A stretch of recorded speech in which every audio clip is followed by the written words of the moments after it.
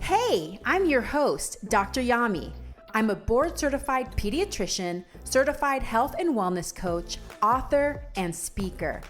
I'm also a passionate promoter of the power of diet and lifestyle in preventing and reversing chronic disease and bringing joy and longevity into our lives.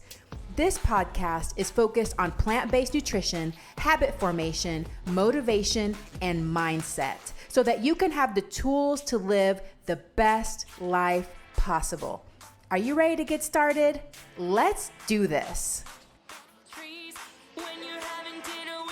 We're having broccoli.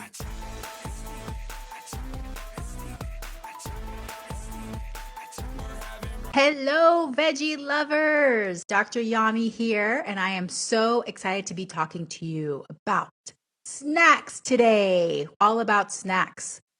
So we've already talked about breakfast. We've talked about lunch. Today we're going to talk about snacks. And next week, I'm going to talk to you about dinner. So first of all, what is a snack? I actually looked this up because I wanted to get a clear definition. A snack, according to the Oxford Dictionary, is a small amount of food eaten between meals. I think this is important to keep in mind because in the United States, we love snacking. I think snacking has almost become some sort of competition sport. It's like part of our culture. We're always talking about it.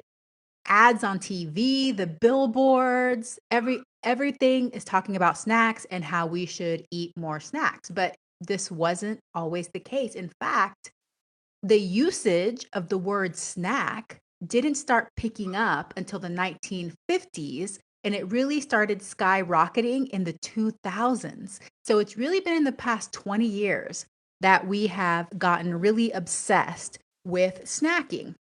So whenever we think about snacks here in the United States, I know, especially if you have children. So in this episode, I'm particularly speaking with adults because children, might be slightly different as far as how you want to approach snacking. But for most fully grown humans, when we think about snacks, we're thinking about something in particular. We're thinking about salty, crunchy, maybe sweet, like cookies. For kids, you're thinking about like goldfish and fruit snacks and crackers and all of these things. And what are all these foods? It's mostly a bunch of processed, sometimes ultra processed foods. And they're fun and they're exciting and they're hypercaloric and they're hyperstimulating. And we use snacking often as a break from our day when we're bored, when we want to procrastinate. And this takes us away from intuitive eating. So, whenever you start thinking about snacks and what should I have as a snack, I want you to back up and ask yourself, am I hungry? Do I really want to eat food? Or am I hungry?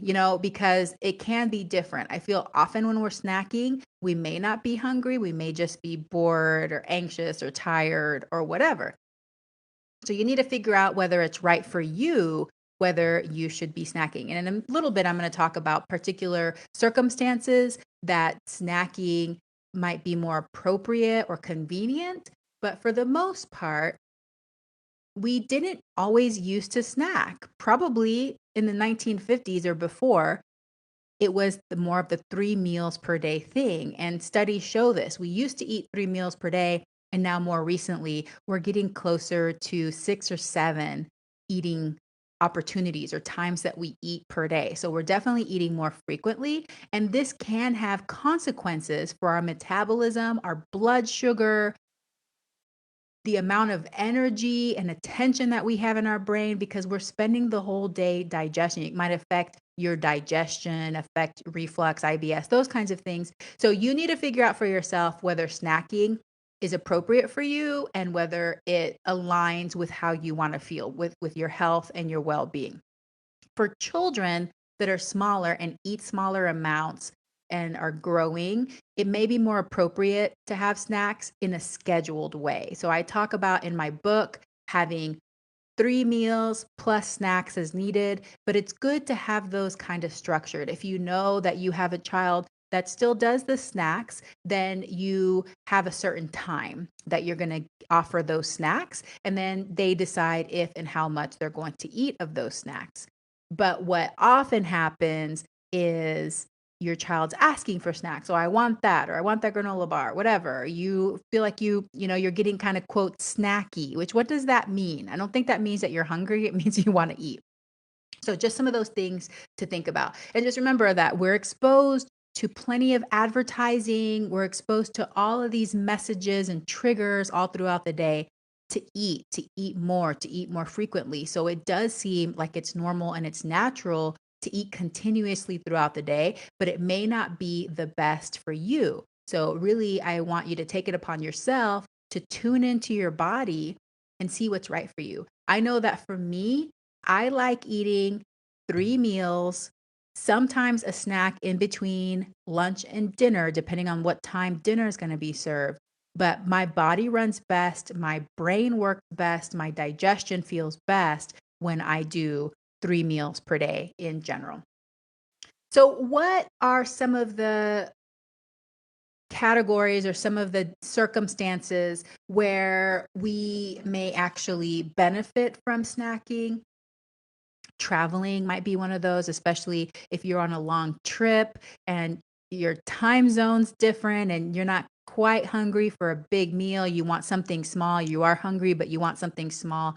These are different kinds of circumstances where snacking may be appropriate. Another one is athletics and sports. Like I know that whenever my son, he's a runner, before he has a meet or a race. He doesn't want to have this huge meal that he has to digest. So he may have smaller meals until he does his event and then afterward have a big meal. Or if you have an athlete that's exercising a lot, lots of physical activity throughout the day, and they need to have snacks in addition to their meals because they need to get additional calories in their diet just to supplement for all of the calories that they're burning through their movement.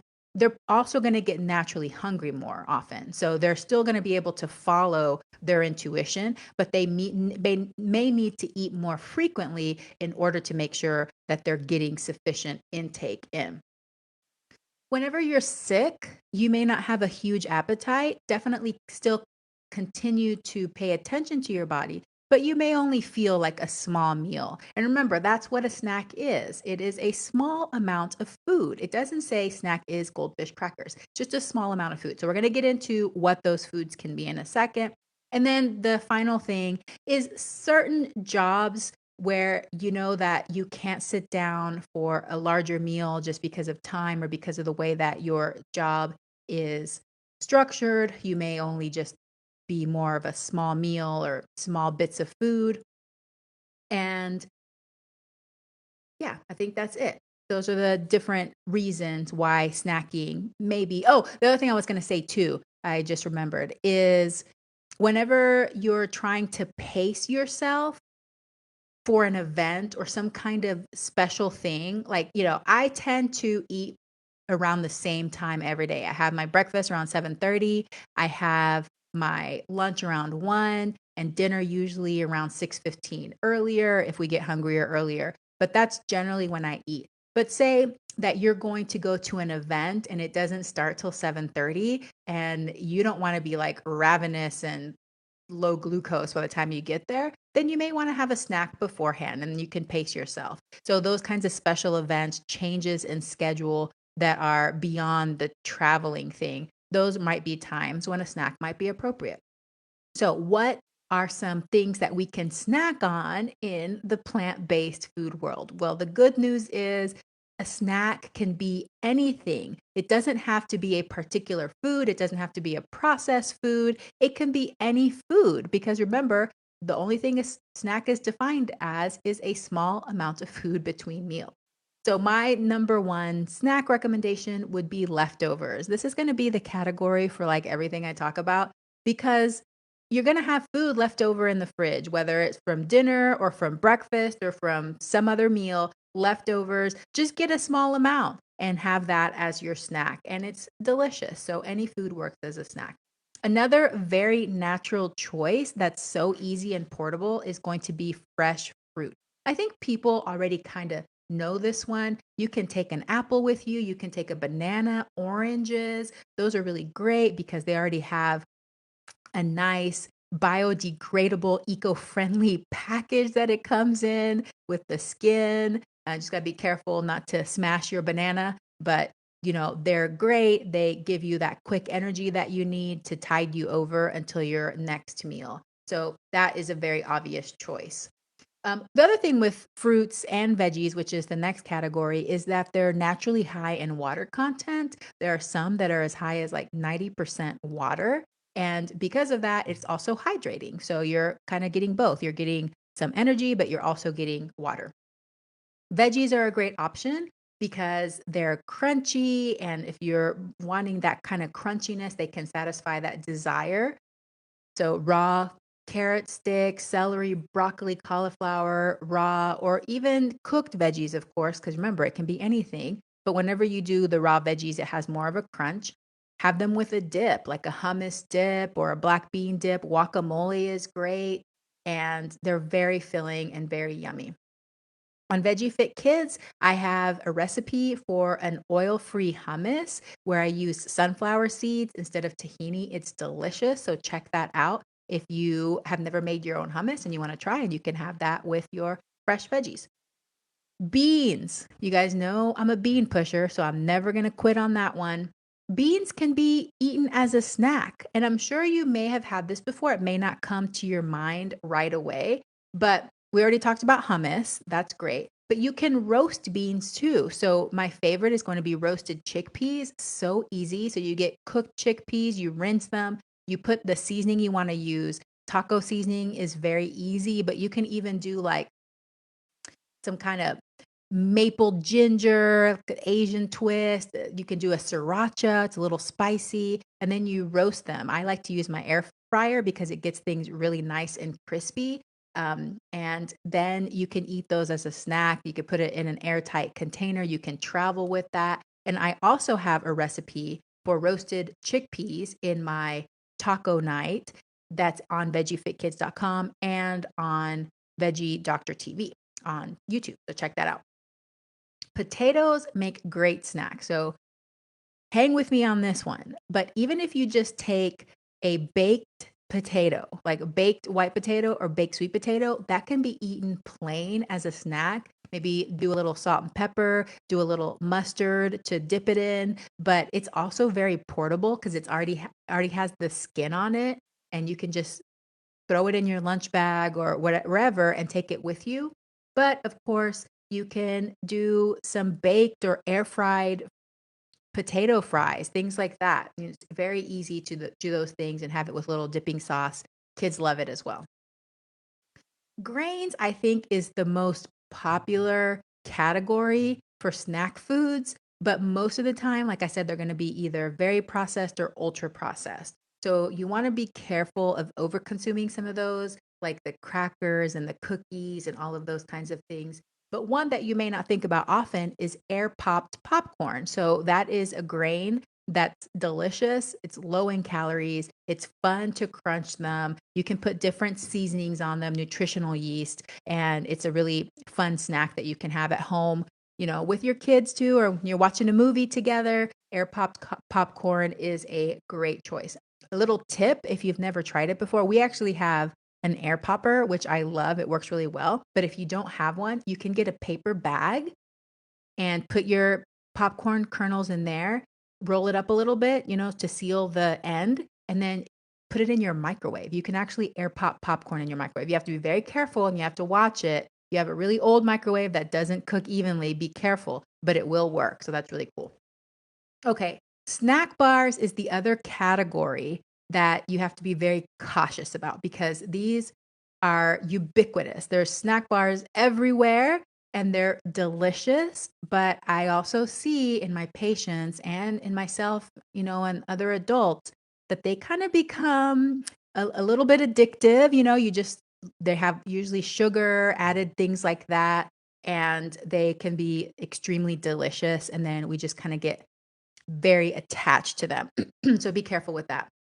Usually they have nuts and seeds, dried fruit. A lot of them add salt and sugar. You can make them yourself, but you still want to be careful. The other risk of overdoing snack bars, which I learned this from residency, is that it can damage your teeth, increases your risk of cavities because that stickiness, snack bars are all really sticky.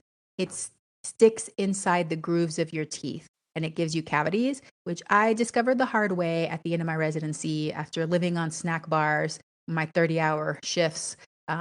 So yeah, don't do that to your teeth or your kids' teeth. Be careful with those. I think those are fine every once in a while, but I wouldn't make it like a daily habit.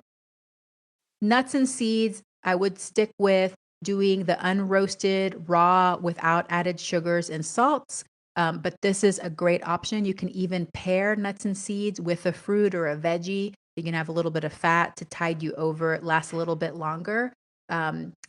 Dried fruit, again, if you're just going to be doing dried fruit a lot, you got to be careful with the teeth and, with that sticky stuff. But if you want to make like your own trail mix with some raw and roasted nuts and seeds and some dried fruit, you can definitely do that. Those might be good for hikes and things like that, but I would probably avoid doing it every single day. Okay, and of course, the last category is going to be the ever available category of processed foods, all the snack foods. There is more than you can even count and more coming to the market, advertising that they're vegan, plant-based. I'm sure that some of them are very, very delicious. They're fine. You don't have to categorize it as a bad food or off limits.